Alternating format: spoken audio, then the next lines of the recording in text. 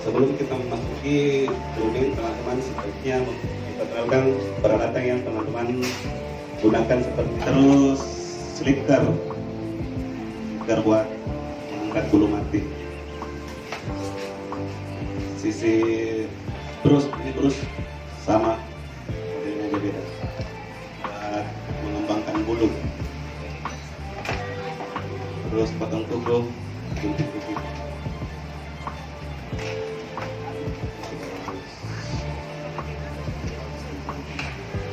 Ketumbar kayak gini. Teman-teman bisa menggunakan baby oil atau tetes telinga, bebas merek apa sih. Kalau ini oxiotic, ini juga penting nih, kolar buat pemula yang hatinya agresif, galak, mesti pakai yang plastik.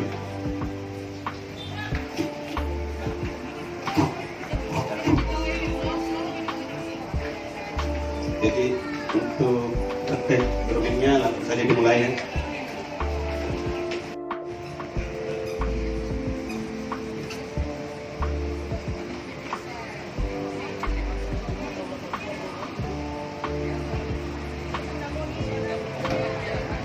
Ya, kembali lagi selanjutnya untuk jangan lupa untuk menyisir bulu atau rambut kucing.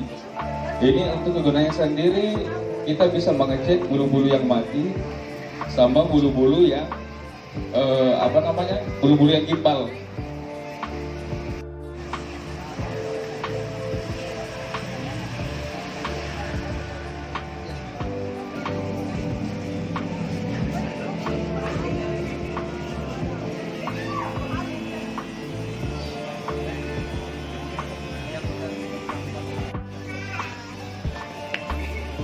Selanjutnya kita ke sesi pembersihan kuping, Kak. Untuk siarannya sendiri itu sebenarnya ada macam-macam. Cuma kita di sini menggunakan oxiotic, oxiotic Kak namanya. Tapi tidak mesti pakai oxiotic, banyak produk-produk yang lain yang menyerupai ini. Intinya kita cari yang kegunaannya sama. Iya, betul.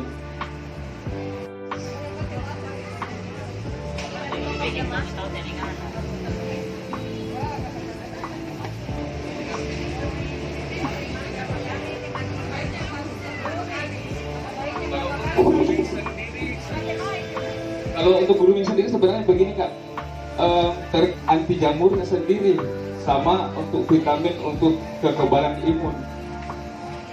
Berapa tadi?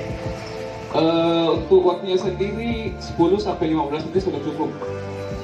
Dan setelah itu kalau bisa kita misalnya simpan di kandang, kita sediakan di dalam air supaya dia tidak dehidrasi. Kapan jangan sampai berlebihan cara tak ini menjemur. Enggak Kak. Kita usahakan betul-betul sebenarnya menggunakan pet dryer ini atau blower itu dia sebenarnya sampai kering. Cuman untuk meminimalisir adanya kelembaban pada kucing sendiri, makanya kita jemur lagi.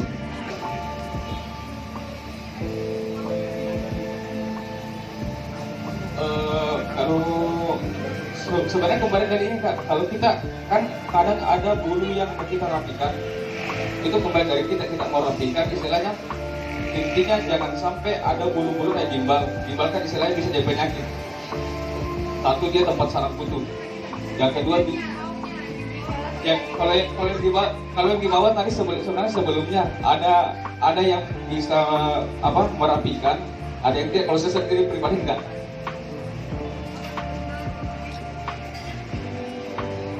Bagaimana perbandingannya itu antara air dan 1/10. Kalau misalnya kita gunakan ini 15 sampai 25 mili untuk digrisnya, airnya kira-kira sekitar 250 mili.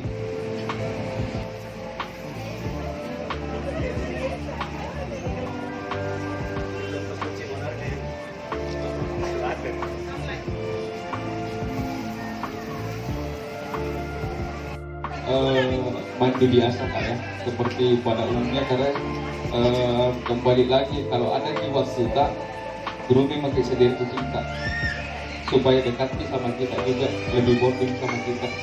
Ada sih buktinya, bisa kita telepon Kak, bisa kita telepon dia. Iya Kak. Bagi telepon kalau masalah kucing mandi dari diribetnya. Sebenarnya kembali dari kita mau atau tidak. Iya, betul. Bisa kita lihat Kak, kalau untuk makan kalau bijak pada dasarnya belaki rambutnya.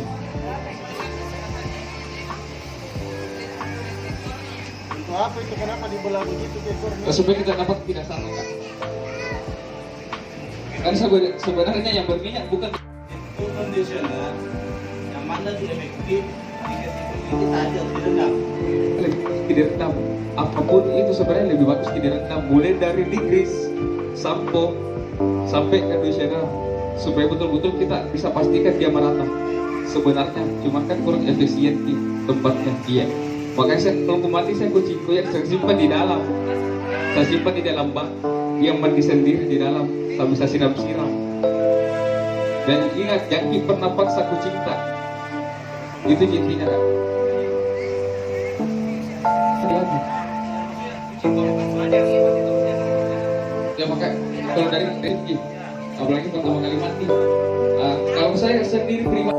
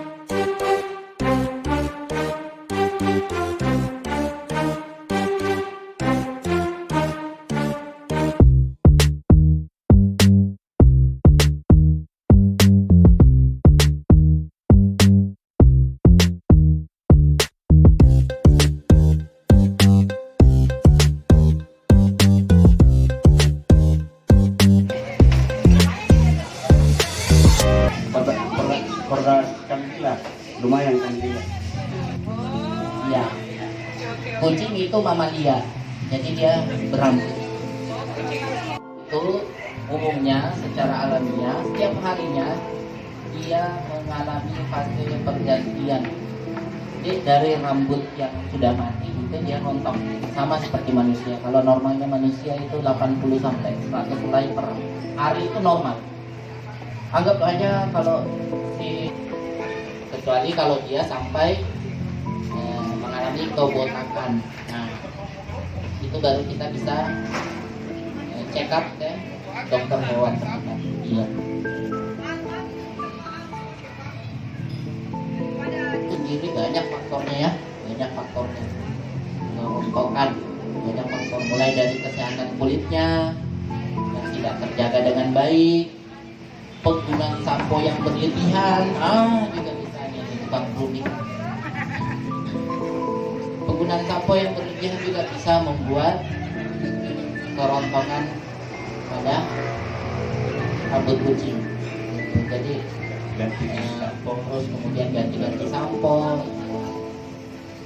sama aja seperti manusia gitu. Ganti-ganti sampo kadang-kadang sampai tidak cocok, akhirnya kemudian terus rontok, botak. Nah, padahal permasalahannya dari kebiasaan sehari-hari. Oke, mau bertanya, kalau kucing stres itu berpengaruh sama kerontokan rambut kucing? Berpengaruh.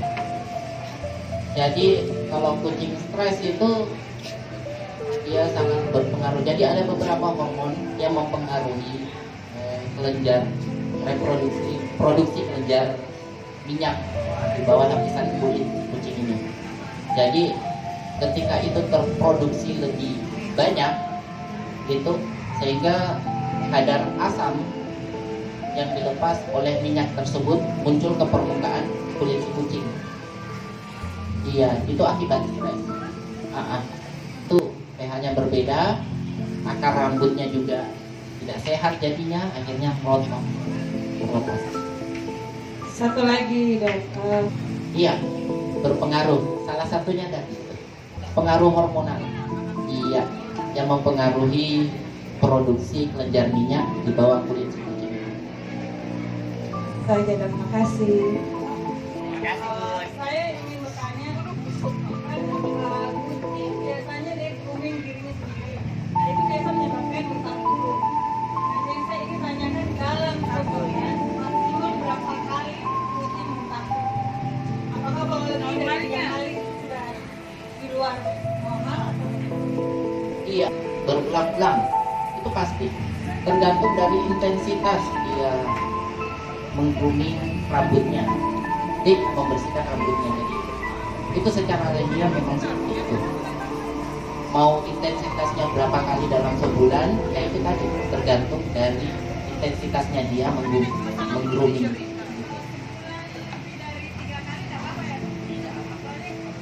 Masih normal. Kalau kucing saya sendiri itu ada sekitar tiap minggu 2 kali.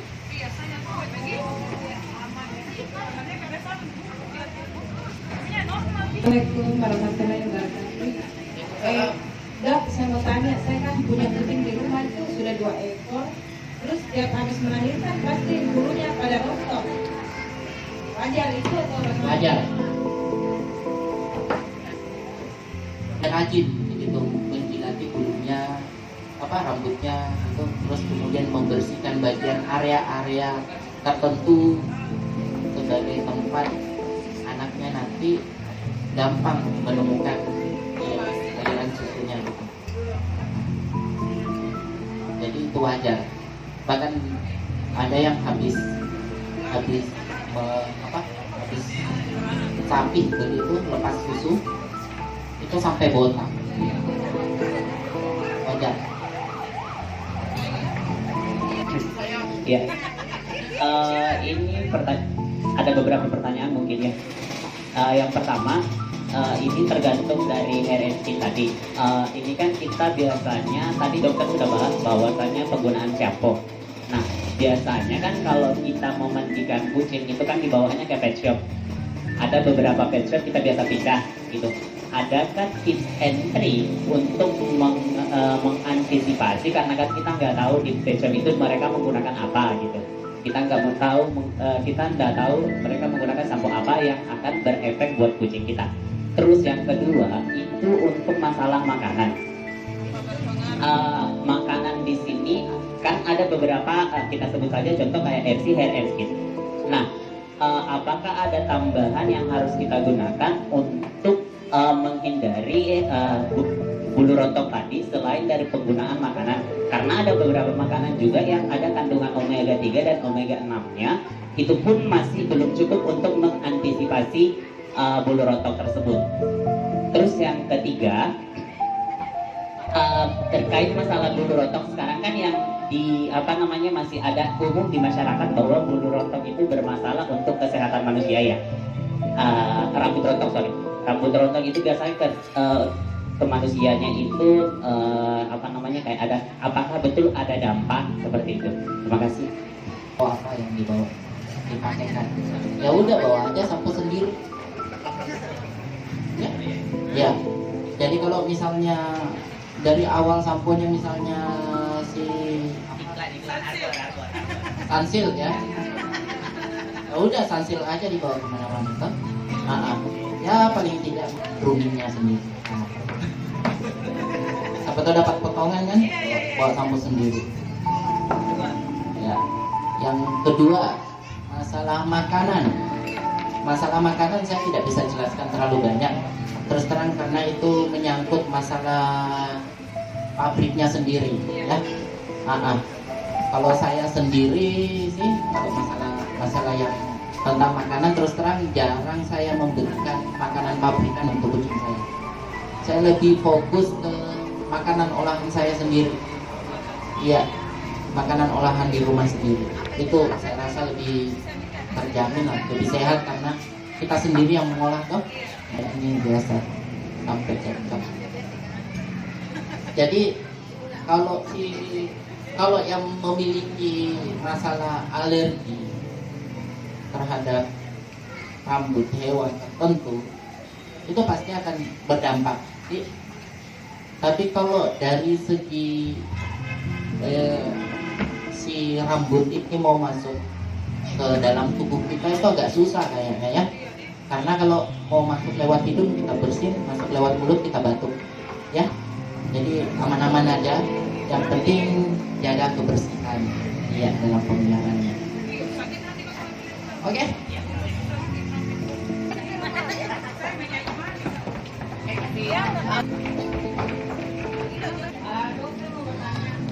Kalau kita membuat makanan untuk kucing, yang wet food kan umumnya sudah tahu bahwa menggunakan ikan atau daging atau sebagainya. Yang saya ingin tanyakan apakah kucing bisa kita memberikan makanan dari vegetarian, maksudnya dari sayur-sayuran. Kalau memang bisa, dari sayur apa aja yang bisa kita makan? Di raw foodnya, di wet foodnya. Jadi kalau untuk tambahan, kalau raw food itu sudah mulai bercampur ya, ada daging, ada vegetable-nya. Jadi saya biasa tambahkan ya, beli ke pasar, beli wortel, beli tambah ya, terus kemudian sayur-sayur. Kalau yang paling bergizi kemarin ya sedikit brokoli,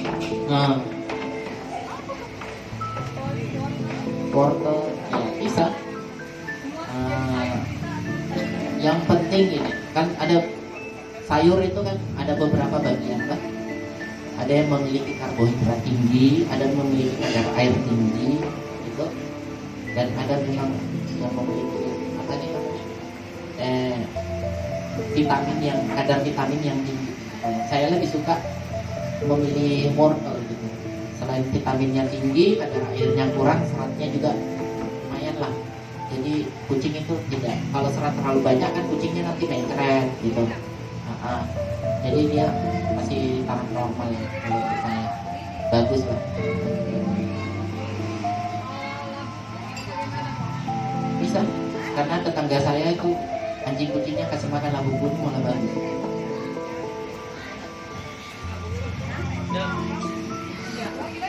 Ini lagi lanjutan dari masalah pembahasan makanan tadi ya dok. Di umum di masyarakat ini masih ada sedikit perdebatan antara pemberian dry food yang buatan itu ditambah dengan tempe dan ditambah dengan agar-agar. Tapi ada beberapa yang tidak merekomendasikan untuk menambahkan tempe dan agar-agar. Itu menurut pendapat dokter gimana dok? Dari beberapa juga yang saya baca itu ada yang membolehkan, ada yang tidak membolehkan. Apalagi ada pada saat kucing kayak mencret itu, ada yang boleh diberikan, ataupun ada juga yang tidak membolehkan. Itu gimana dok? Tempe, ya masalah tempe tadi diberikan, kadang-kadang tanya ada yang tidak dibolehkan dalam kondisi mencret, terus ada bilang dibolehkan. Jadi kita kenali dulu si tempe ini. Jadi tempe itu bahan fermentasi ya, bahan makanan fermentasi dari kacang kedelai. Nah, kacang kedelai kita tahu itu lisinnya tinggi, seratnya juga tinggi. Terus kemudian dia ada untuk fermentasinya dia itu dia menggunakan ada namanya jamur, jamur rhizopus, jamur tempe. Jadi itu kalau untuk pada kasus-kasus mencret, jadi kan mencret itu sebenarnya ya kita cuma tahu ya keluar intensitas begitu lebih banyak banyak dan padatannya gitu, oke dikatakan mencret. Tapi sebenarnya mencret itu ada beberapa kategori. Nah, jadi agak susah sebenarnya kalau misalnya ya kita mau menjelaskan bahwa oh ini bisa. Jadi kan tergantung pengalaman mereka. Kadang-kadang juga dikasih tempe malah tambah mencret gitu. Iya. Jadi sebenarnya kalau keterkaitan mencret dengan tempe itu sebenarnya bisa sekat di situ karena itu cukup berbeda. Terus kalau diberikan makanan sehari-hari, yang penting tidak mencret kucingnya, dia bisa mengcover, khususnya itu dia bisa mengcover si bahan fermentasi dari tempe ini di dalam lambungnya yang sah-sah aja gitu.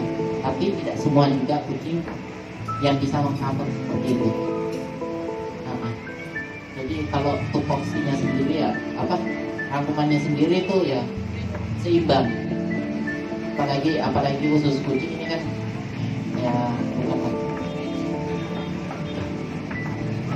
masalah khusus kucing ini kan lebih terbiasa dengan mencerna yang sifatnya daging-daging gitu. Jadi kalau lebih baik bagi yang memberi tempe itu dikurangi aja porsinya, jangan keseringan. Terus kalau masalah mencret lebih bagus konsultasikan dulu ke dokter hewan terdekat itu sambil menanyakan, dok ini bisa pengobatannya pakai makanan tempe apa enggak gitu. Tapi asalnya rumput laut seratnya tinggi, bagus itu untuk kucing-kucing yang sembelit itu bisa digunakan. Baru enggak dok kalau kucing itu setiap hari diberikan ikan. Terus pertanyaan kedua, apa efeknya kalau kucing dikasih parfum? Itu aja. Makasih dok. Setiap hari kucing diberikan makanan ikan. Jadi kucing itu kan sejatinya dia hewan karnivora. Iya. Kasih ikan kan daging ikan ya nggak masalah nih. Ya toh? Asalkan jangan daging ikan busuk sih. Oh maksud saya dok apa? Jadi kucing itu kadang-kadang ada yang tidak berpengaruh tentang masalah parfum, tapi ada juga yang berpengaruh.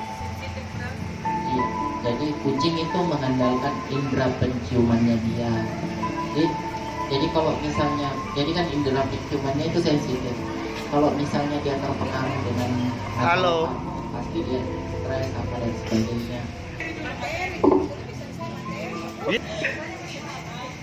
Ini saya ingin mengetahui, saya pernah baca tingkat birahi kucing.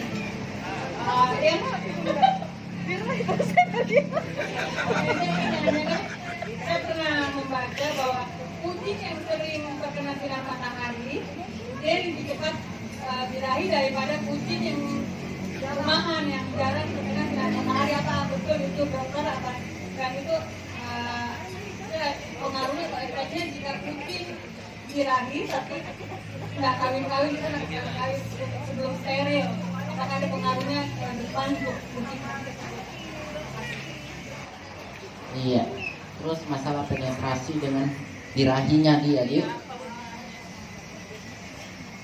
Jadi kalau itu tadi, kalau misalnya jadi saya anggap ya kucing indoor ya, kucing bersama outdoor. Kucing indoor itu dia di dalam ruangan itu jarang terkena matahari. Terus sementara kucing outdoor kita anggap saja kucing lokal. Iya. Jadi memang itu memang ada pengaruhnya. Jadi dari pengalamannya saya memelihara kucing itu, jadi kucing saya yang pelihara, kucing ras saya yang pelihara di dalam ruangan tertutup begitu, jarang terkena cahaya matahari, itu ada yang pernah proven itu di umur 8 tahun.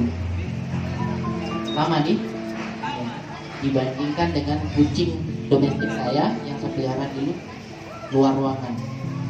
faktor lain mungkin ya, bisa jadi karena cahaya matahari mempengaruhi metabolisme hormonalnya, nutrisinya dia, jadi sehingga fase birahinya itu lebih normal lah ceritanya, lebih dalam taraf kadar normal dan cepat normal, dibandingkan dengan kucing ras yang saya yang indoor yang saya lihat gitu. Ada campur, karena ada campur tangan saya makanya dia jadi begitu. Kalau untuk mengobati enggak.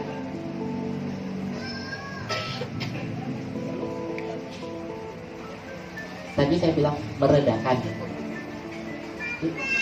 bukan mengobati. Contohnya aja manusia habis sembuh hari ini, 5 minggu lagi kambuh lagi punya ya. Kalau sembuh kan ya udah hilang aja gitu. Ya, jadi saya tidak perlu perkenalkan diri. Dan saya mau tanya adalah siapa yang mau hadiah? Ada? Ada? Total peserta kurang lebih 200. Kita masuk ke hari-hari di mana kita akan nanti memperingati Hari Proklamasi Kemerdekaan Indonesia. Yang keberapa? Ada yang tahu? Karena sebagian belum. Ada yang mau kasih pertanyaan? Ya, saya kasih. Kalau tidak bisa menjawab, batal ya. Pertanyaannya.